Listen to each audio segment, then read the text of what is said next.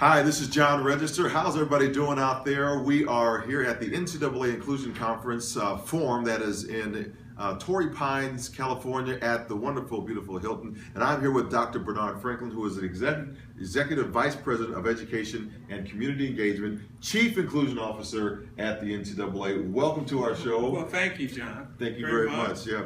So I want to get into it. You put on a phenomenal conference. Your staff has been outstanding here, but I want to talk about, why it's so important to have these type of conferences. So first of all, what are some of the success stories that you have seen from your membership at the NCAA? Well, we've been doing this conference now for 4 years, and so one is the networking that takes place. You have member institutions who are represented across the country, and all of these institutions are challenged in some way around issues of diversity and inclusion in intercollegiate athletics. So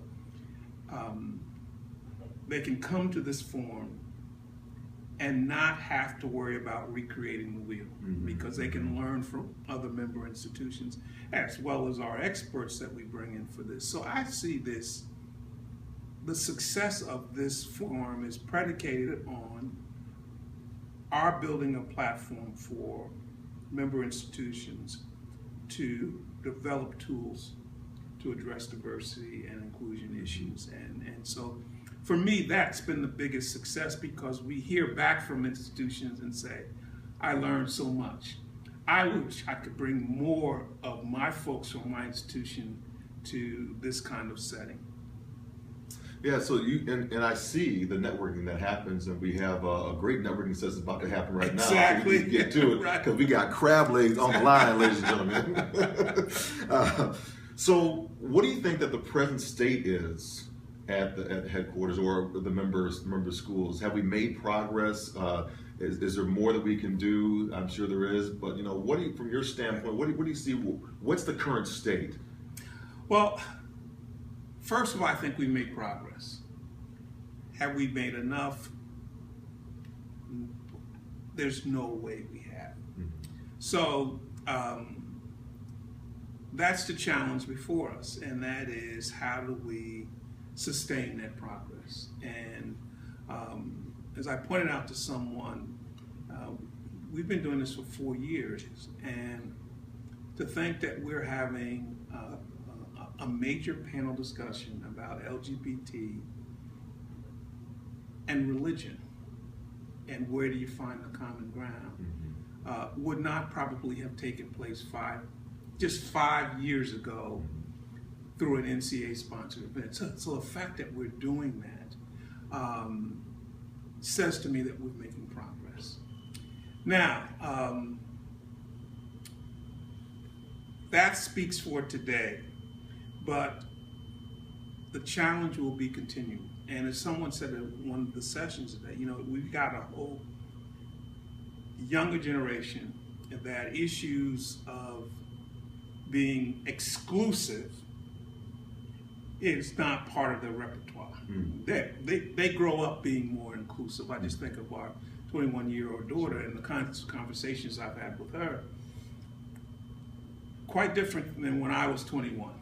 So I have real hope in the future, and I think it's through events like the Inclusion Forum that allows us to recognize not only the progress we've made, but more importantly, how far we still have to go.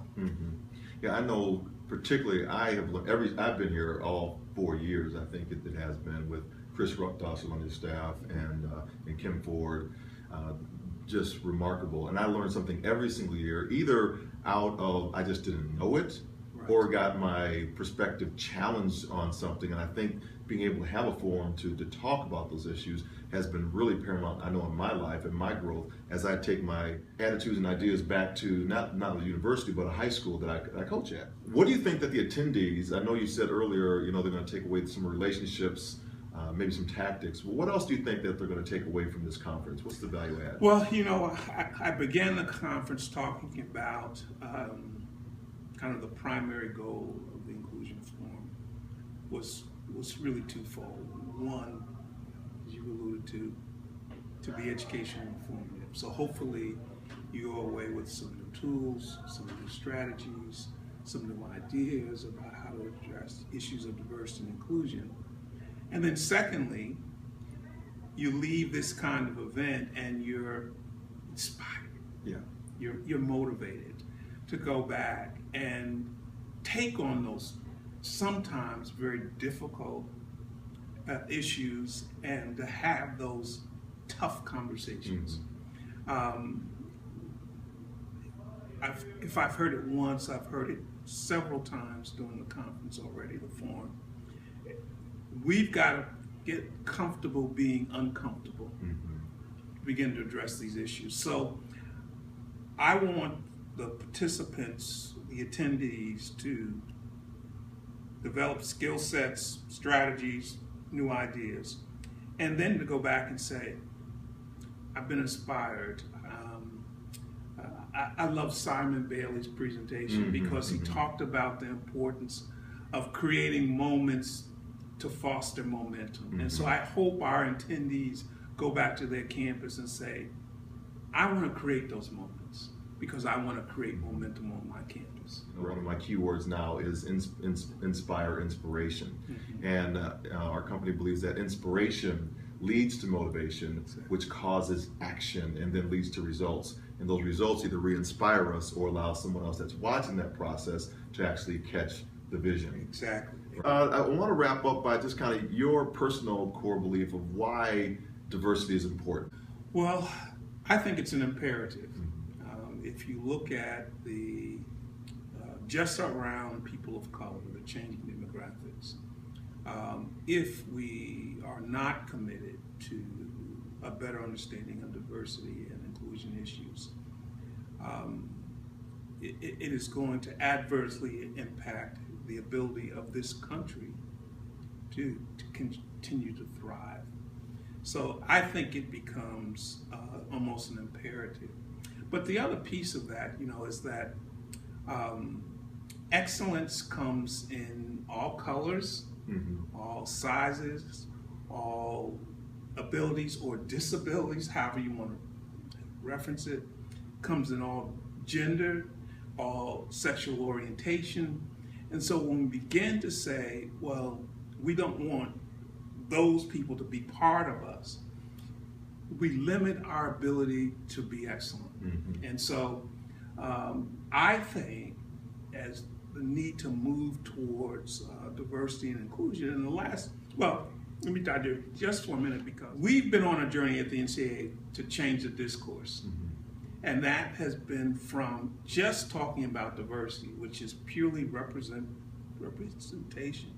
And while it's important, and we have to be committed to that, I often talk about the need that you can have diversity, but that doesn't mean you have an inclusive culture.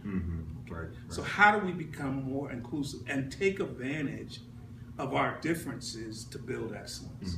And so that's why I think it's so important, because our society is becoming more diverse, but we can't afford to be an exclusive culture. We have to be more inclusive. So I just think that it's an imperative, something we've got to do if we want to continue to be excellent. Wow, now that was a powerful interview, everybody. I'm blown away, as I know I would be, and I'm sure that you are too. Dr. Franklin's been an incredible inspiration, and we say to you, now you go forth and inspire your world.